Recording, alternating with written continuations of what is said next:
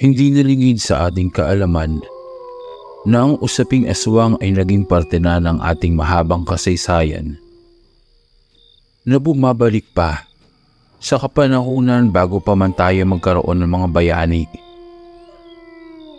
Naging kaakibat na sila ng iba't ibang kultura at henerasyon ng ating mga ninuno. Walang malinaw na impormasyon kung ano nga ba at saan nga ba nagsimula. At kung mortal din ba silang kagaya natin. Ngunit ang susunod na kwentong padala sa atin ay marahil isa na sa mga patunay ng kanilang kakaibang kakayahan at katangian. Naganap ang kwentong ito sa isang bayan sa Western Visayas, taong 1967. Magandang araw po, Mang Toryo. Pinapatanong po ng tatay kung may gagawin daw po ba kayo sa hapon. Papatingnan po sana namin yung bunso kong kapatid. Kagabi pa po walang tigil sa pag-iyak. Baka daw po nabati. Sambit ng batang si Narciso. Edad 15. Kausap nito ang kilalang manggagamot sa kanilang baryo na nagngangalang Mang Toryo. Isang magaling na manggagamot itong si Mang Toryo, ngunit may pangit na reputasyon dahil sa mahilig itong maglasing at magsabong.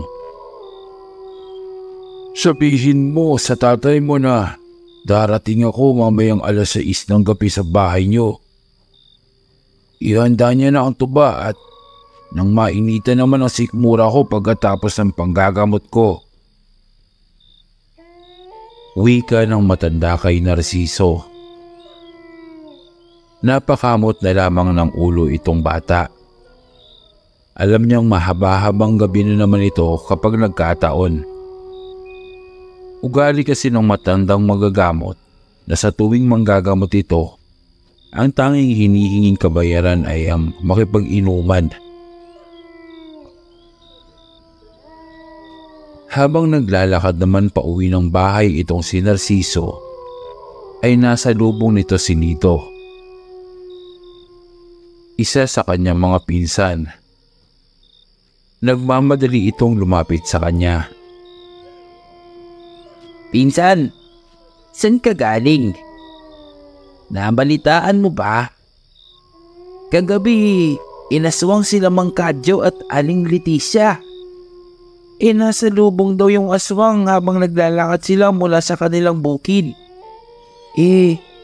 Patay daw si Mang Kadyo habang naiwang tulala si Aling Leticia. Grabe, nakakatakot no? Kaya ikaw, huwag kang magpapagabi sa labas.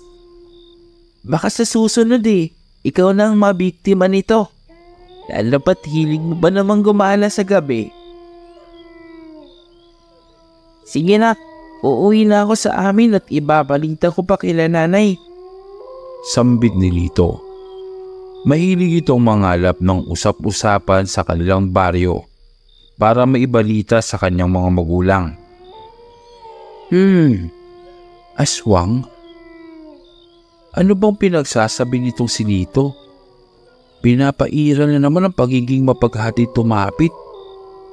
Mabuti pa makauwi na din ng masabihan ng tatay nang makapaghanda na sa tuba. Tila mapapahaba na naman ang inuman nila. Sakto, may pulutan na naman sigurado. Nang makarating naman ito sa bahay nila, ay agad nitong ipinaalam sa kanyang tatay ang sagot ng matanda. Sa mga tagpong iyon, ay hirap na ang kapatid nito sa nararamdamang sakit ng tiyan. Nakailang ulit na inom na ito ng dahon ng sambong, subalit walang nangyayari. Maghapon ang lumipas at dumating nga si Mang Toryo. Dala ang ilang mga kagamitan nito, ay nag-umpisa na ito sa panggagamot sa batang si Kulas. Iho, magtapat ka nga. May ginawa ka bang kapilyuhan itong mga nagdaang araw? May sinira ba kayo o nagambala? Pagtatanong ng matanda sa kapatid ni Narciso. Agad namang tumanggi si Kulas. At wala naman daw itong matanda ang ginawa nilang mali. Muling nagsalita si Mang Torio. Alam mo, hindi ka gagaling kapag patuloy kang nagsisinungaling. Iba ang sinasabi nitong pagtatawas ko sa iyo. Ang mabuti ba ay magtapat ka na, iho. Pangingimbinsi ni Mang Torio sa batang si Kulas. Hindi nga naglaon ay umamin din itong si Kulas.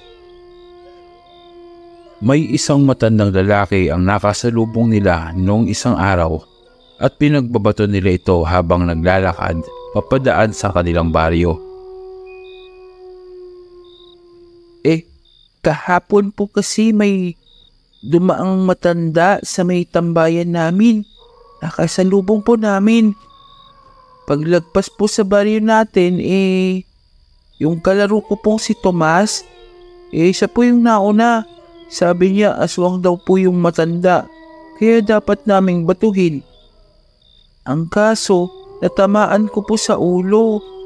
Saka bigla pong lumingon sa amin at nagsisisigaw, kaya nagsitakbuhan na po kami.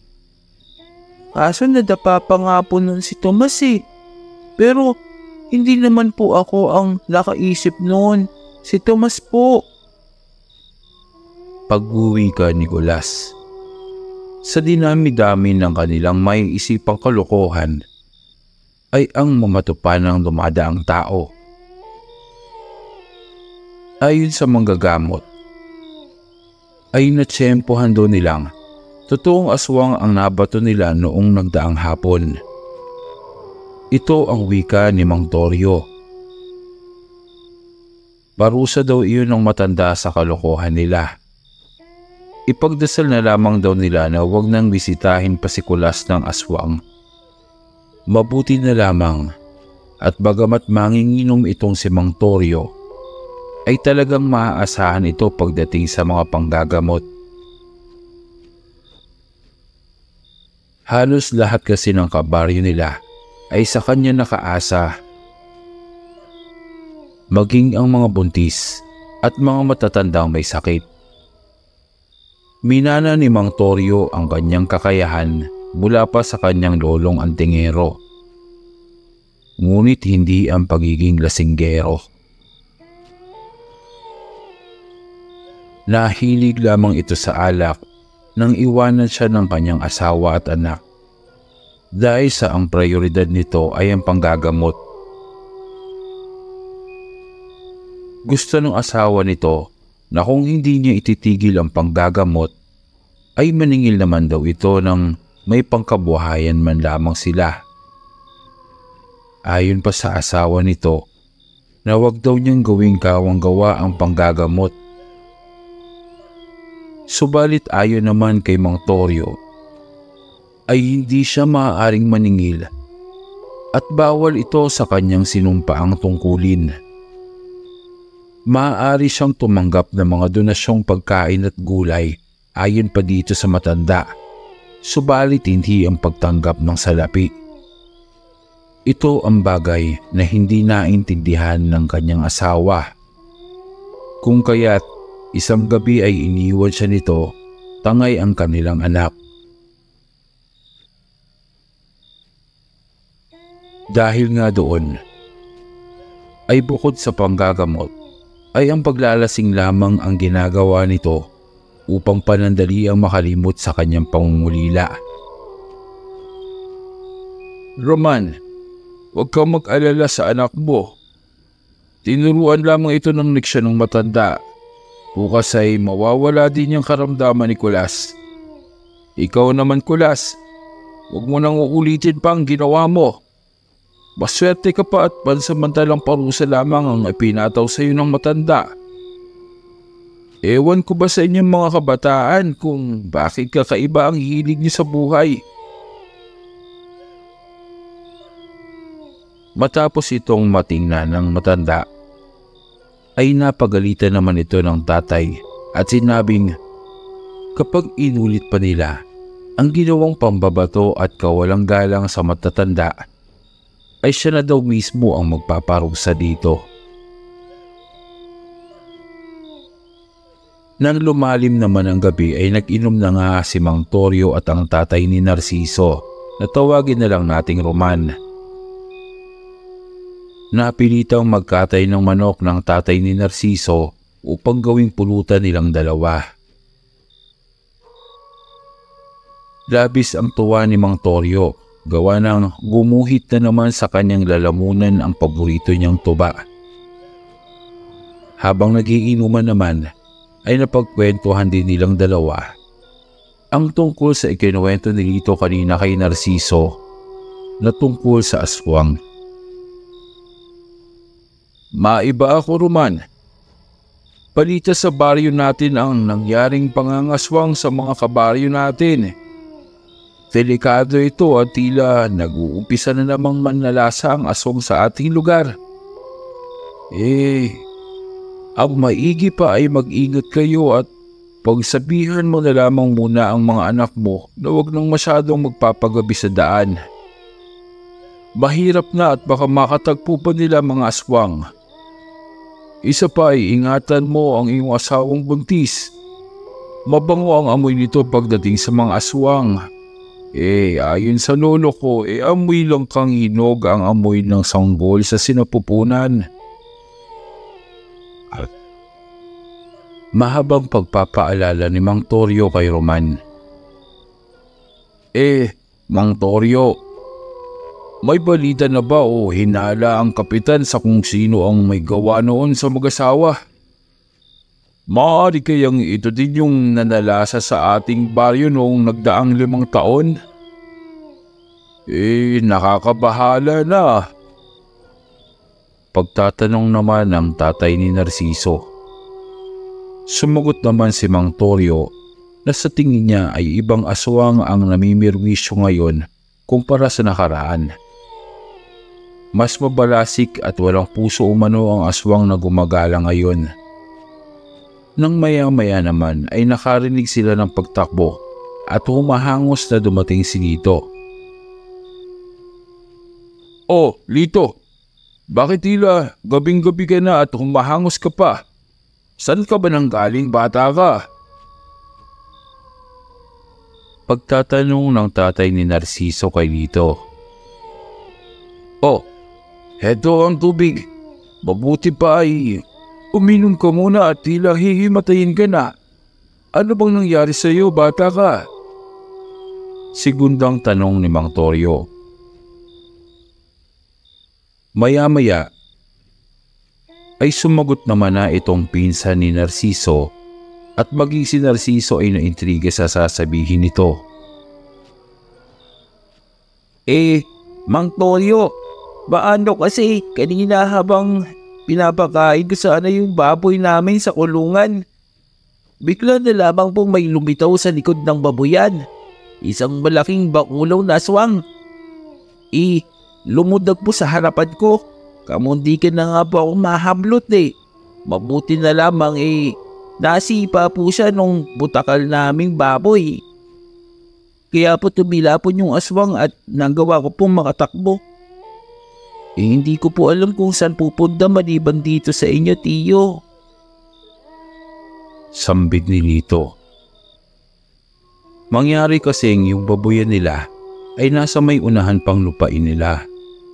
Nakahiwalay sa bahay nito. Ito ay dahil nga sa hindi kanais-nais na amoy ng dumi nito. Nagulat naman ang tatay ni Narciso at agad itong kumuha ng itak. Magkasamang sinugod ng dalawa kasama si Lito ang baboyan nito. Subalit ang marating nila ito ay tanging walang buhay na inahing baboy na lamang ang nadatnan. Wakwak na ang tiyan at nagkalat ang mga dugo sa paligid.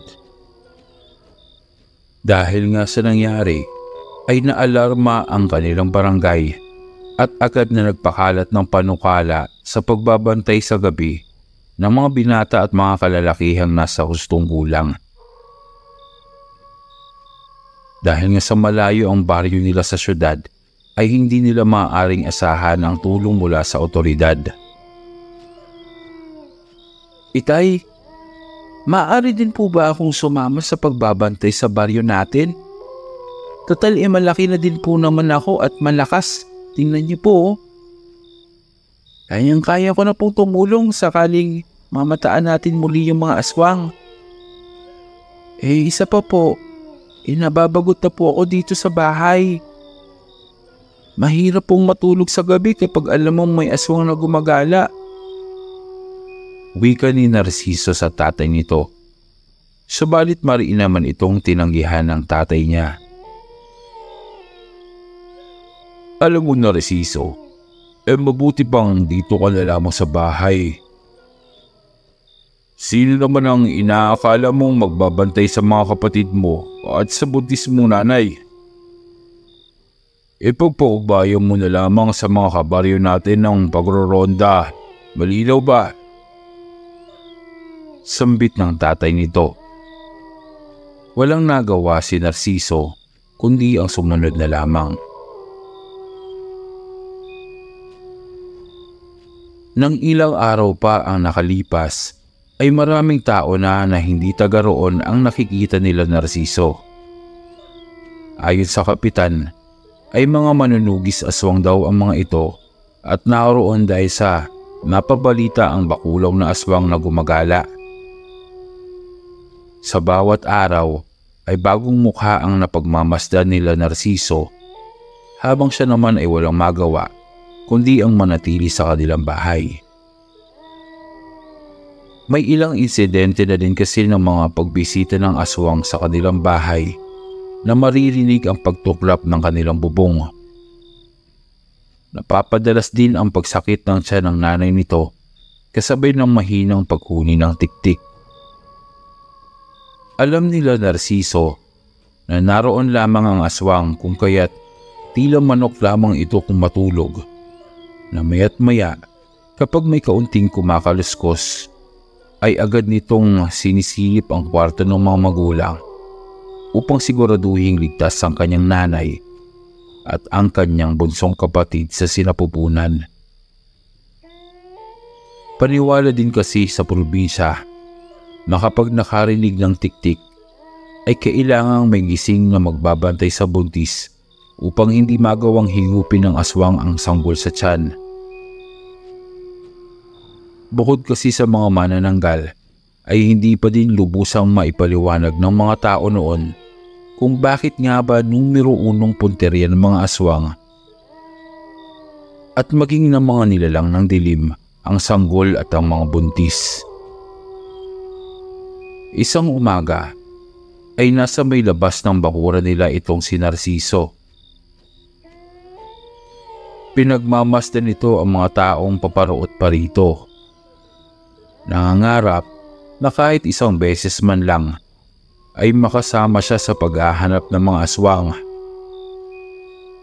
Para kasi sa kanya ay tila napakasayang gawain ito at sa dami nga ng mga manunugis ay tiyak na mani lamang sa kanila ang pagpatay sa lahat ng salot na naroon sa kanilang puok. Hindi iniisip ni Narciso na baka mapahamak sila dahil nga sa alam niyang mga veterano ang mga manunugis. Napapakinggan niya kasi ang mga kwentuhan nito tungkol sa mga matatagumpay nilang pagpaslang sa mga aswang at mga nilalang nakaagapay nito sa pambibiktima ng tao. Bata, taga rito ka ba? Maaari mo bang sabihin sa akin kung saan huling nakita yung aswang na usap-usapan dito sa baryo nyo? Pagtatanong ng isang Ginoo kay Narciso. Labis namang natuwa itong si Narciso dahil sa wakas ay may taong nangangailangan ng kanyang tulong at pakiwari pa niya ay isa ito sa mga manunugis ng aswang na naroon upang makisali sa kompetensya sa pagsupil dito. Nag-anunsyo din kasi ng pabuya ang baryo kung sino man ang makakahuli sa mga aswang. Lingid sa kanilang kaalaman na hindi lamang isang ordinaryong aswang ang kanilang kinakaharap. Ginoo, ano ho bang ngalan nyo at isa po ba kayo sa mga manunugis? Pagtatanong ni Narciso. Maaari mong sabihin ganoon na nga bata, pero may personal akong dahilan sa pagpunta dito. May atrasa sa akin ng mga aswang na yan at hindi ako matatahimik hanggang hindi ko nakukuha ang ulo ng kada aswang na narito sa bayan. Galit na wika ni Pedring. Sa pagpapatuloy kasi nila sa paglalakad patungo sa babuyan nila Lito, ay naikwento sa kanya ni Pedring na biktima ng aswang ang kanyang mag-iina. Isang gabi daw, nang pauwi na siya galing sa kanilang bukirin, ay nakarinig na lamang siya ng mga sigawan ng tao. Nang marating niya ang bahay nila, ay naroon ang mga kapitbahay niya at pilit na hinahabol yung nilalang na tangan-tangan ang kanyang nag-iisang anak na noon ay 2 taong gulang pa lamang. Habang ang asawa niya ay nakahandusay sa may pinto ng kanilang kubo, butas ang dibdib at wala ng buhay. Walang nagawa si Pedring ng gabing iyon kung kaya't nang magawa niyang magsanay ng mabuti at matuto sa pagpaslang ng mga aswang, ay ipinangako nitong gugugulin niya ang buong buhay sa pagtugi sa mga ito. Masusing inaral ni Pedring ang mga kahinaan ng iba't ibang uri ng aswang.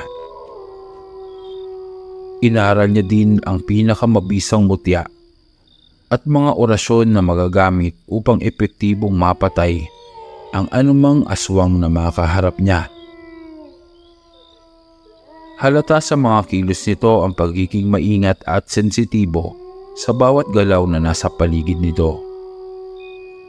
Alam ni Narciso na naiiba ang manunugis na ito kumpara sa mga mayayabang na nasa bahay ng kapitan. Dito po, Mang Pedring. Dito huling nakita yung aswang. Kinain pa nga po yung inahing baboy. Ayon po sa pinsan kong si Lito, malaking bakulaw daw na mabalbon yung aswang. Wika ni Narciso sa manunugis. Maraming salamat sa iyo bata. Sige na, pwede ka nang umuwi at marami pa akong gagawin. Wika naman ni Pedring. Gusto pa sana ni Narciso ang manatili doon upang manood kung anong gagawin ng lalaki. Tanging si Pedring lamang kasi ang nakita niya at alam niyang nagtungo sa babuyan. Yung ibang manunugis kasi, nag-aantay lamang ng gabi at naglalagay ng mga pahaing kambing at baboy sa kakahuyan para maakit yung aswang. Samantalang si Pedring, sa tingin ni Narciso ay tila sinusundan ang mga bakas na nagawa ng aswang.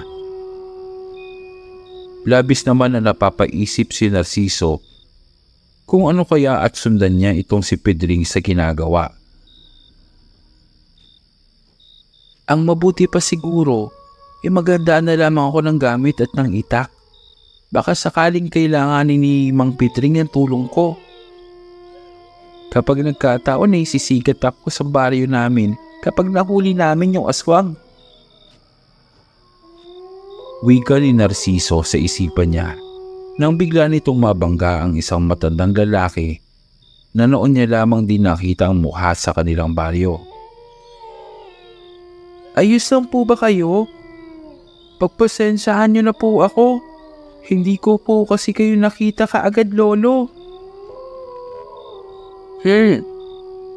Bago po yata kayo dito sa baryo namin Manunugis din po ba kayo ng aswang?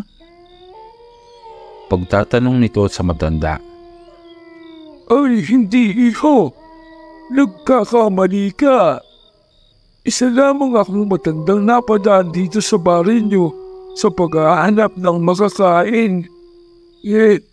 Mag-iisang linggo na akong naglalakad at nangihina na ako.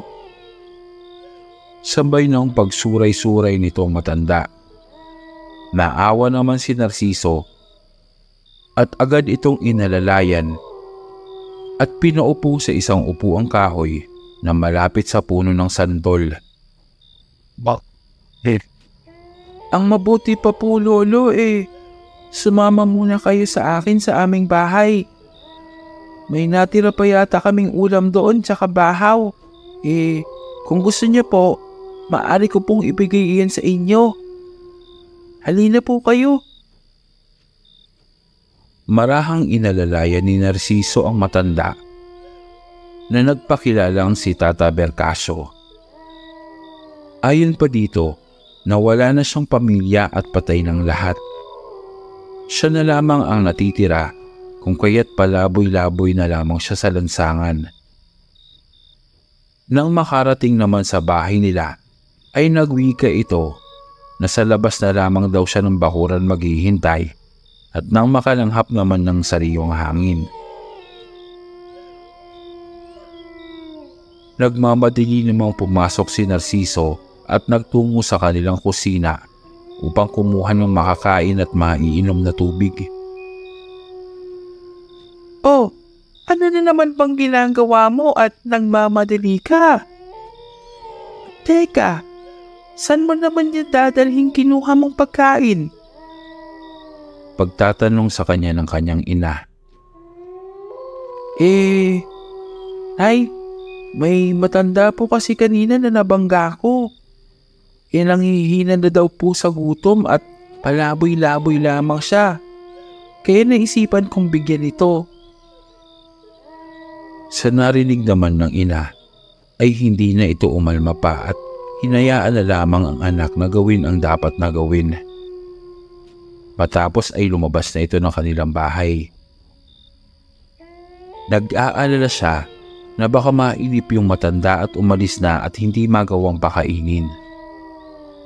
Subalit natuwa naman ito nang makitang naroon pa din ang matanda.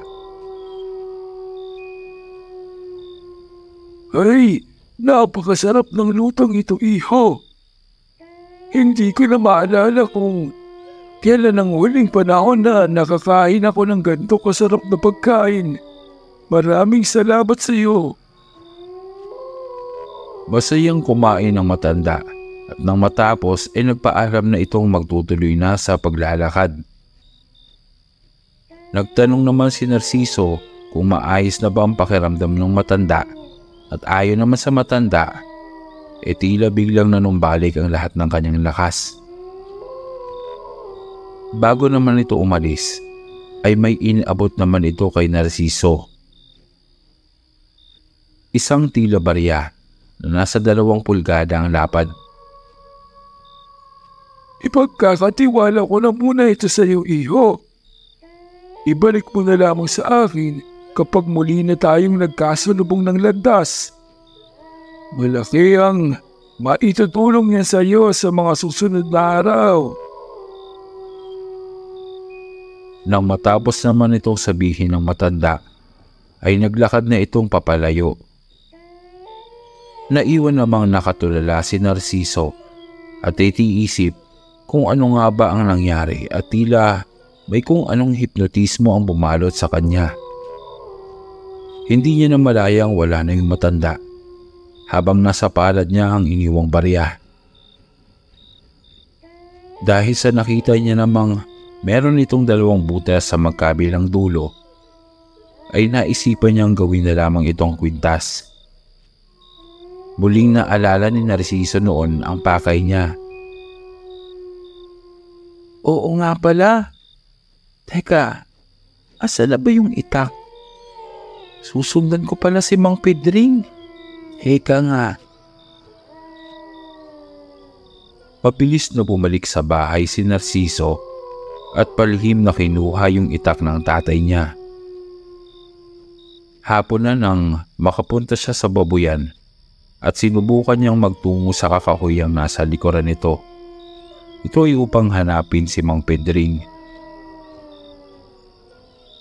Tila naman napakabilis ng manunugis at malayo na agad ang narating nito. Dahil sa paghahanap ng aswang ay hindi na makita pa ni Narciso kung saang direksyon nga nagtungo ang Ginoo. Hay, sayang naman.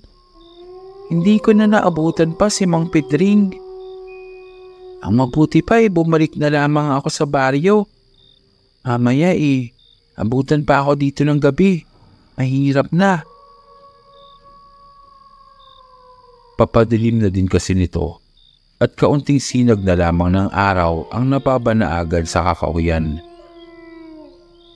Nang biglang makarinig si Narciso ng mga kaluskos at pag-uusap sa kakauyan, agad itong nagkublis sa isang puno at tahimik na hinintay na makalampas ang kung sino mang nag-uusap. Luisit, talagang manggagamot yan. Kung hindi dahil sa kanya at sa mga hibang nitong kababaryo, nakarami na sana ako ng biktimang buntis sa baryong yan. Wika ng isang boses na galit at nakakatakot ang timbre. Alam mo, Aldo, kailangan kang gumawa ng diskarte. Tingnan mo ako. Buong pagkakakala nila kasapi ako ng mga manunugis ng aswang. Malaya akong nakagagalaw sa kanilang baryo. Ang problema kasi sa'yo dinadaan mo lahat sa init ng ulo at dahas. At nangyari sa'yo. Tatandaan mo ba ang nangyari sa'yo sa babuyan? Natadyakan ka sa mukhaan ng baboy. Diba? Di mo ako gayahin. Nakakakain ako ng sanggol at hindi pa ako nahuhuli. Kung pag-aakala nila ikaw ang nambibiktima at galit na sa'yo lahat. Patawang wika nitong isang aswang na tila pamilyar kay Narciso ang boses. At ako pa ang ginawa mong sangkalan sa ginagawa mo. Habang nagkakwentuhan ang dalawa, ay tila nakaamoy ng kung ano ang mga aswang. Amoy ng sariwang karne. Tila may naligaw sa ating lungga, Claudio. Ang lakas yata ng loob nitong magtungo ng mag-isa sa ating teritoryo. Tingnan mo nga naman at pagkain na ang lumapit sa atin. Sambit ng aswang na tinatawag ng kasamahan nitong Aldo. Buong pag-aakala ni Narciso ay siya ang naamoy ng dalawang aswang, kung kaya't nag-uunahan ang pagtibok ng kanyang puso sa kaba. Linggit sa kanyang kaalaman, dahil sa kanyang suot na barya, ay tila na ikukubli siya nito sa mga aswang. Balak na sana niyang lumabas sa pinagtataguan at kumaripas ng takbo. Nang biglang may lumabas na isang lalaki mula sa isang sanga ng puno. Isa ito sa mga manunugis na nakita niya sa baryo nila kanina. Aba, at kapag sinuswerte ka nga naman, dalawang aswang sa isang lugar. Mukhang mapera ako mamaya kapag nakuha ko na mga ulo nyo. Mayabang na wika ng manunugis, sabay inilabas nito ang dalawang karit na sandata. Isa sa mga hibang na manunugis sa baryo. Mabuti naman at binisita mo kami dito. At sinasabi ko na nga ba at hindi ka totoong manunugis, Claudio. Umpisa pa lang nang kausapin ka ng kapitan kinutuban na ako sa'yo. Tama na ang satsat at may kukubrahin pa akong pera sa baryong ito. Agad na sumugod ang manunugis sa dalawang aswang. Mabilis ang mga pagpapalitan ng mga atake. Isa laban sa dalawang aswang. Noong una, ay patawa-tawa pa ang manunugis, ngunit nahalata ni Narciso na tila nahihirapan na ito habang yung dalawang aswang naman nasaan yung tao pa lang nito. Ibig sabihin ay hindi pa sila seryoso sa pakikipaglaban. Nagawang tamaan ng manunugis sa pisngi si Claudio. Aba, ang lakas naman ng loob ng sugatan ng mukha ko. Mabilis na nagpalit ng anyo sa pagkaaswang si Claudio at agad nitong sinugod ang manunugis. Akma pa sanang susugod din ang manunugis ng aswang, ngunit hindi niya napansin ang pagtungo ni Aldo sa kanyang likuran. Uli na ang lahat. Agad na pinilipit ni Aldo ang leeg ng lalaki at binigyan ng isang malakas na pagkagat, dahilan upang sumirit ang dugo nito. Pwede na din. Hindi na masama ang karne nito, Claudio. Halika at saluan mo ako dito. Ayoko niyan.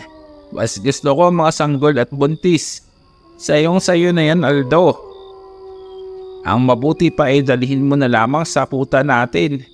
Mahirap nang mahanap pa tayo ng grupo niyan. Pag-uwi ka ni Claudio, nag-umpisang maglakad ang mga ito habang si Narciso naman ay halos himatayin na sa pagpipigil ng hininga.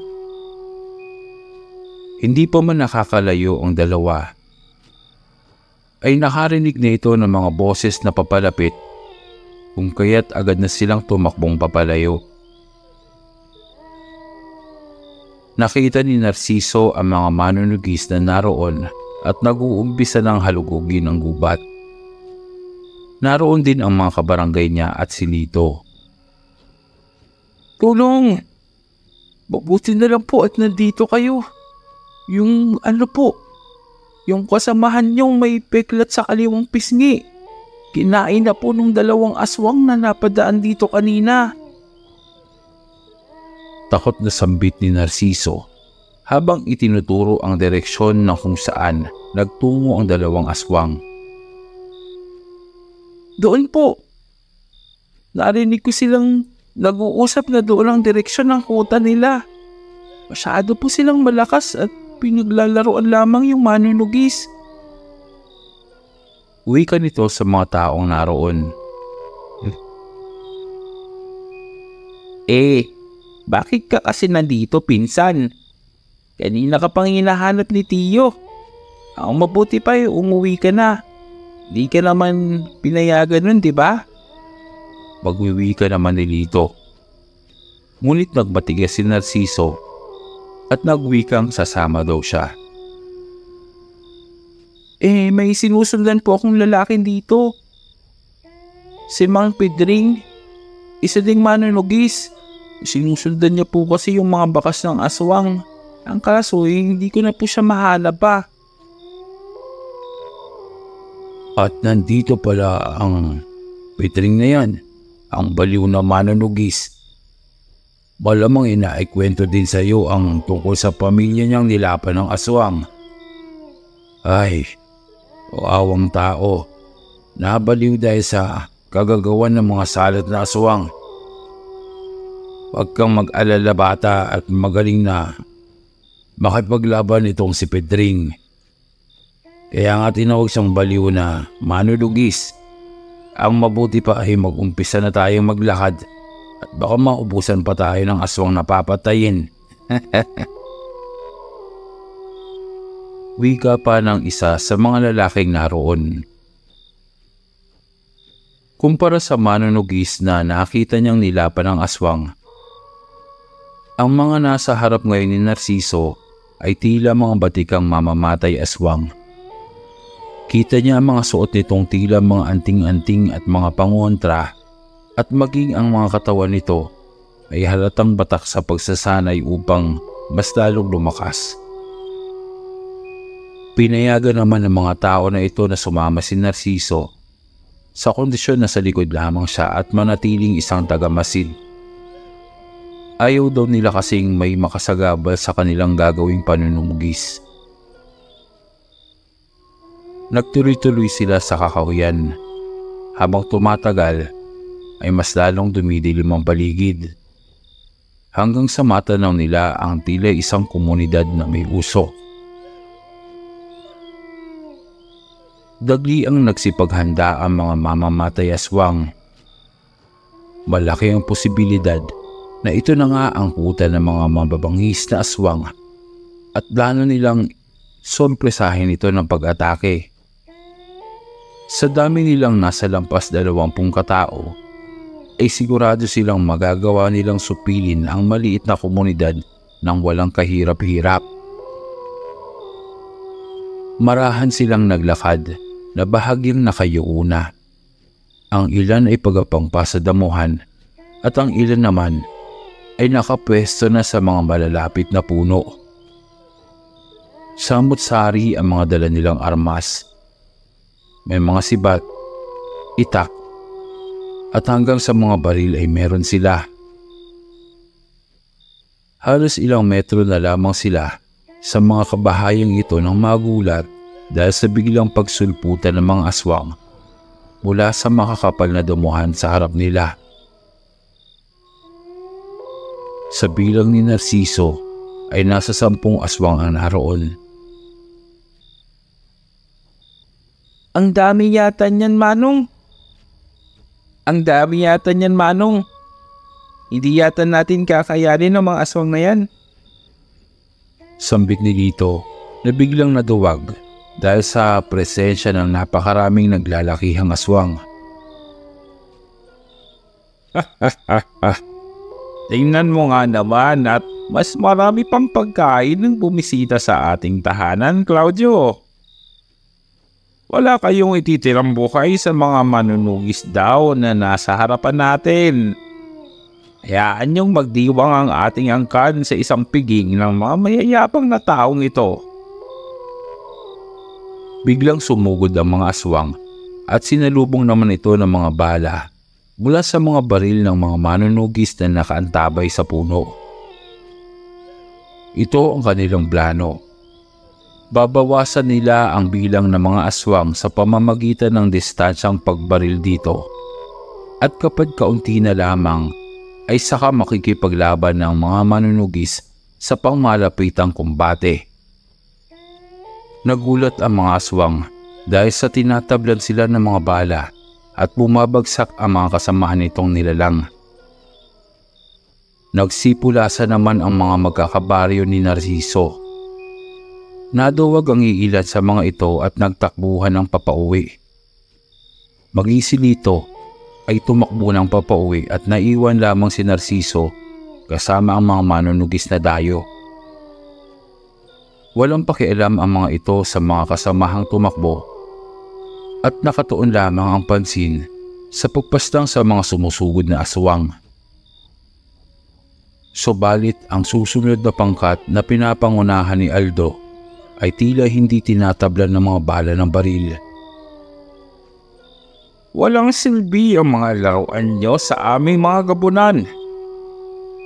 Kung nagawa nyong paslangin ang mga ordinaryong aswang na kasamahan namin, ibahin nyo ang aming lahi. Kulang ang pwersa nyo para pabagsakin kami. Isang malutong na tawa ang pinakawalan nitong si Aldo. Nagtuloy ang labanan. 10 manunugis laban sa 5 gabunan. Maging ang mga may tangang baril ay napilitang gumamit na ng itak dahil sa wala ng bisa ang kanilang mga baril na may orasyon. Napansin naman ni Narciso na tila ang pinuno ng mga manunugis ay mas lumaki ang katawan at mas naging mabagsik. Sa palagay nito ay dahil ito sa bisa ng mga anting-anting na nakakabit dito. Mag-isa niyang hinarap si Aldo at si Claudio, habang abala naman yung 3 aswang sa mga kasamahan nitong manunugis. Sa umpisa ay lamang na lamang ang manunugis, ngunit nang sumilay ang bilog na buwan at masinagan ang mga gabunan, ay nabaliktad ang sitwasyon. Mas naging tila bakulaw sila Aldo at sa katunayan nga ay nakatingala na ang manunugis na aswang. Unti-unting napaatras ang mga ito at tila napagtantong wala nang laban ang kanilang mga sandata. Ito ay dahil sa hindi na ordinaryo ang mga aswang na nasa harap nila. Mabilis na nilapan ng mga gabunan ang mga manunugis at isa-isa itong isinalya sa puno. Hanggang sa ang natitira na lamang ay ang pinunong manunugis. Mahina! Masyado kayong mahina para tangkaing hamunin kami. Salamat sa pagdalo niyo sa aming piging. Tiyak na mabubusog niyo naman ang aming lahi. Hindi mo ba alam na paborito namin ang mga antingerong kagaya mo?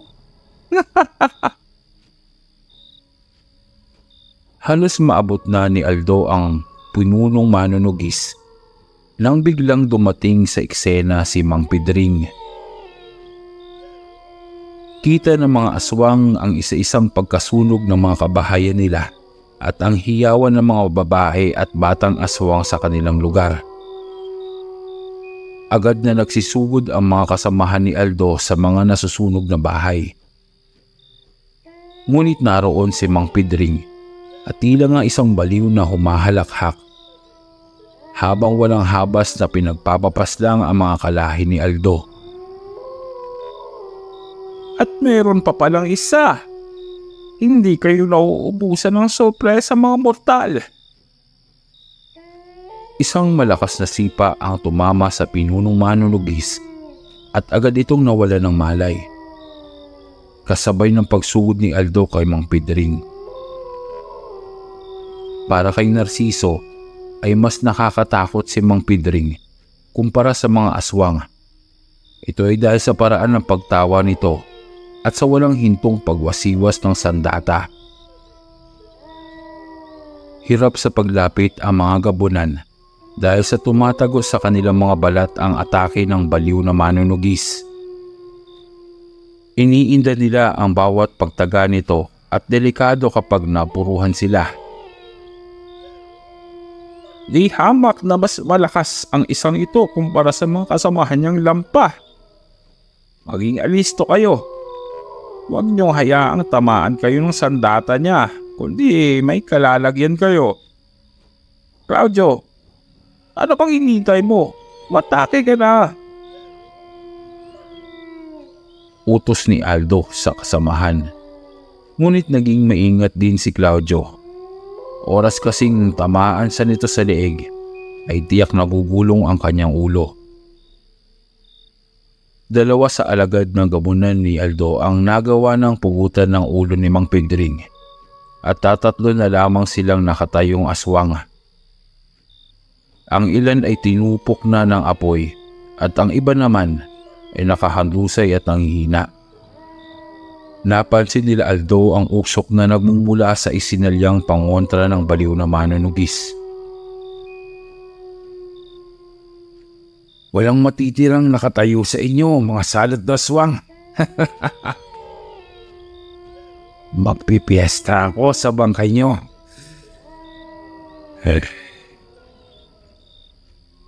Lalong natakot si Narciso kay Mang Pedring at gusto na nitong tumakbo.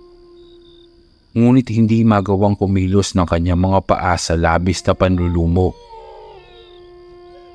Walang hinto ang pag-atake nito kahit ang sarili pa nga ay nasusugatan na dahil sa mga pagwasiwas ng kanyang armas.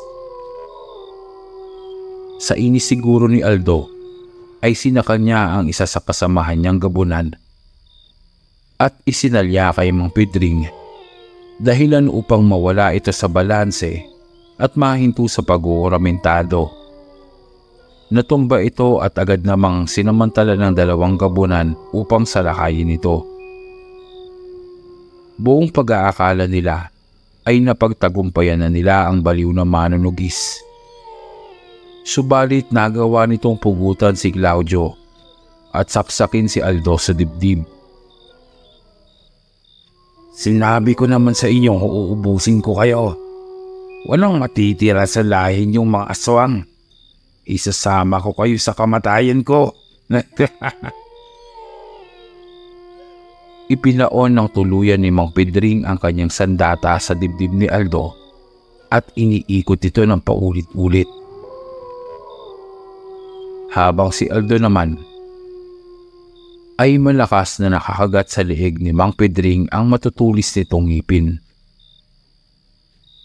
Dito ay nalagutan ng hininga si Mang Pedring kasabay ng pagkaubos ng lahi ng aswang sa lugar na iyon. Ito ang akala ni Narciso. Nagkamalay na ang ilan sa mga manunugis na isinalya ng mga aswang at hinang naglakad papunta sa mga nasusunog na katawan. Nagising na din ang pinunong manunugis at tatawa-tawa pa itong naglakad. Magaling ang ginawa mo, Pedring. Sayang lang at sa kabaliwan mo pati buhay mo sinakripisyo mo. Ako nang bahalang kumubra ng pabuya para sa'yo. Isa-isang pinupugutan nila ang mga aswang na naroon upang patunay na napastang na nga nila ang angkan ng mga salot na nilalang. Ito ay magiging simbolo din ng kanilang tagumpay. Mga kasama, oras na para bumalik tayo sa baryo. Bata, halika na at magdiriwang tayo. Hindi na naituloy pa ng manunugis na pinuno ang kanyang sasabihin nang may bumaong kuko sa dibdib nito at umagos ang masaganang dugo mula sa bibig. At sinong nagsabing magdiriwang kayo? Isa akong gapunan at hindi ako basta-bastang namamatay sa mga laruan nyo. Halos lumaylay ang ulo ng manunugis na pinuno sa pagkakahagat ni Aldo.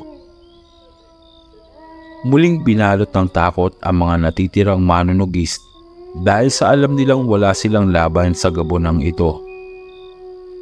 Tila mga dagang nagsipulasan ng mga ito, ngunit hindi sila nakatakas sa bangis ng aswang na si Aldo.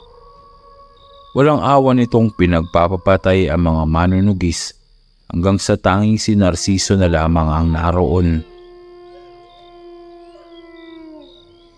Saka pa lamang nito na pagpasyahang tumakbo nang makita niyang siya na ang susunod na papatayin ng aswang.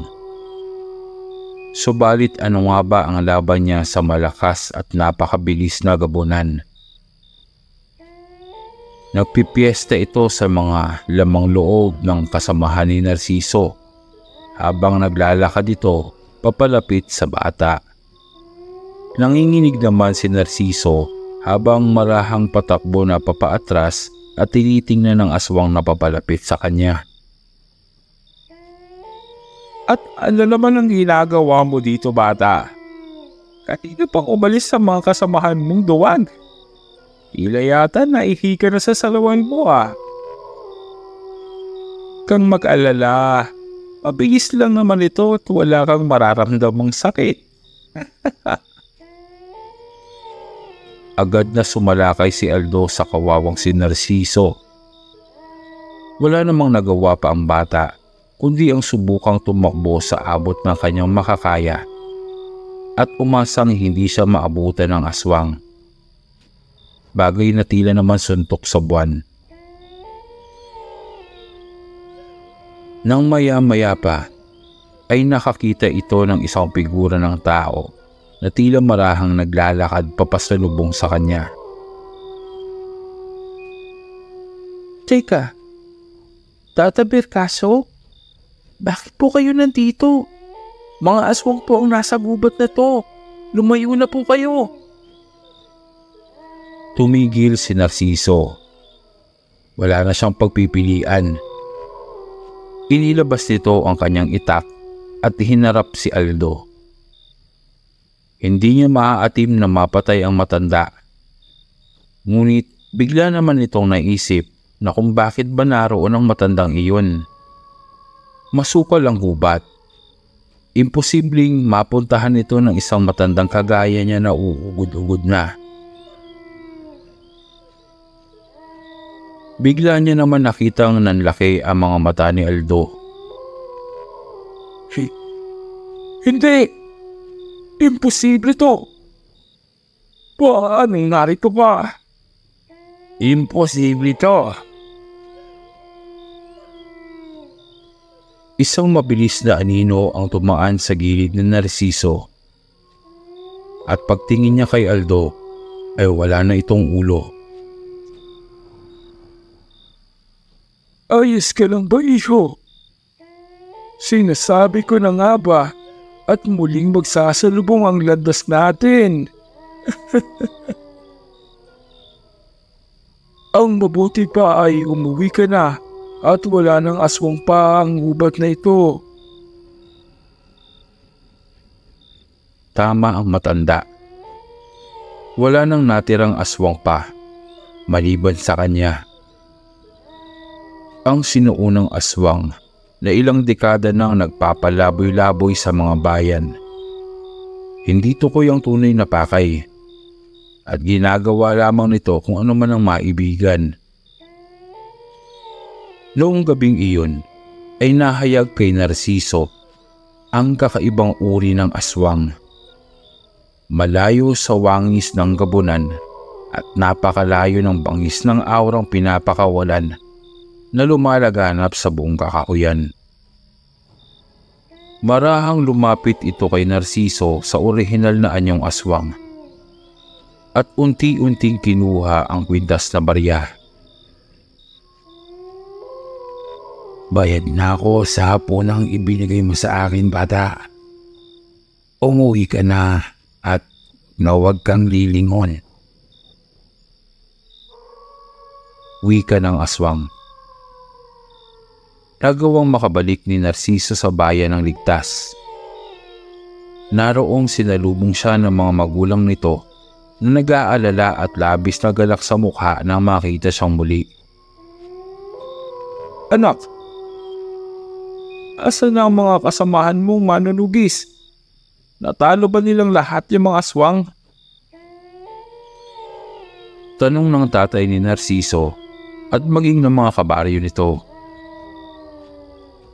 Tila hindi pa din makapaniwala si Narciso na nagawa niyang makaligtas sa kabila ng karahasang nasaksihan niya sa gubat.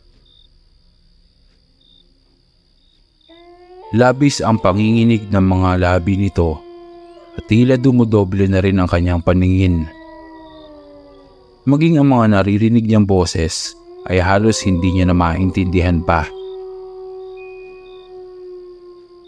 Wala na pong natira sa kanila. Pareho pong naubos yung panig ng aswang at mga manunugis. Wala na pong natira sa gubat. Wala na. Natigil na lamang si Narciso kasabay ng pagbagsak nito at nawala ng malay. Mabuti na lamang at agad siyang nasalo ng kanyang tatay. Nang suriin naman siya ng manggagamot na si Mang Torio, ay nakita nito sa kanyang pagtatawas ang parehong matanda na nagbigay ng kaparusahan sa kapatid nitong si Kulas. Dito ay nakilala na ng manggagamot ang wangis ng matanda. Hindi ako maaaring magkamali. Binata pa lamang ako eh. Naikwento na sa akin ng aking lolong antingero si Bercasio.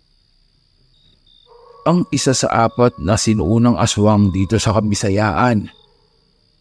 Sinasabing walang katumbas ang dunong nito at ang lakas bilang isang supremong aswang.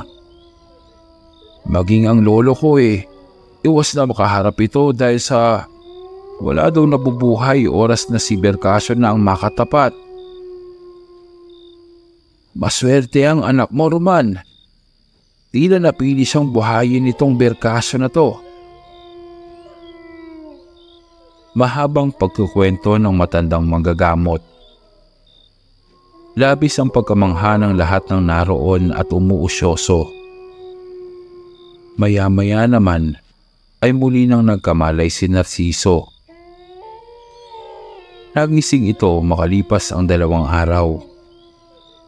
Wala namang nangyaring masama sa kanya bukod sa marka na tila kalmot na naiwan sa kanyang dibdib. Hindi na ito nabura pa at dinala niya hanggang sa pagtanda.